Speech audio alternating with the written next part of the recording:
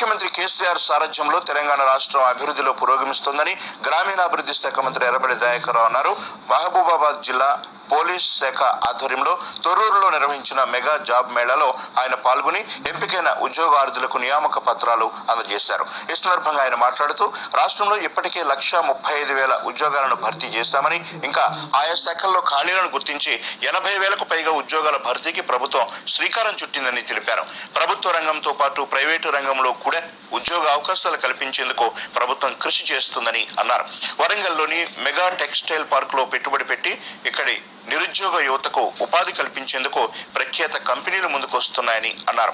ఈ జాబ్ మేళాలో pharma, IT, banking, Amazon, Flipkart, hospital, industrial, finance, నిర్మాణ రంగాలకు చెందిన 53 కంపెనీలు ఆయా రంగాల్లో ఉద్యోగ అవకాశాలు కల్పించాయి. మహబూబాబాద్ జిల్లాలోని 8 మండలాలకు చెందిన సుమారు 1,517 మంది పాల్గొనగా 541 మంది అభ్యర్థులు వివిధ కంపెనీల్లో ఉద్యోగాలు పొందారు. 2 లక్షలు వస్తుంది, 3 లక్షలు వస్తుంది అంటే మీ నైపుణ్యం చూపెడితే ఆటోమేటిక్ గా కంపెనీ వాళ్ళు ఏది కూడా మిమ్మల్ని వదిలిపెట్టుకోరు.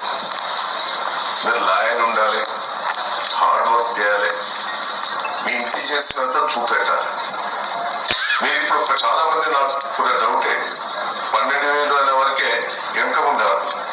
కానీ మీకు ఈ కంపెనీలు ఎసుటి కంపెనీలు పెద్ద పెద్ద కంపెనీలు వాళ్ళు వదిలిపెట్టుకోరు. నేను నర్వస్ కావద్దు, ప్రిపేర్ అయితే తప్పకుంటే మీకు అవకాశం ఉంటుంది. ఆ కోచింగ్ సెంటర్ కూడా నేను తొర్రూరులో పట్టినే 2,000 మంది ఉద్యోగుల కోసం కోచింగ్ సెంటర్ 3 months భోజనం పెట్టి నేనే కోచింగ్ సెంటర్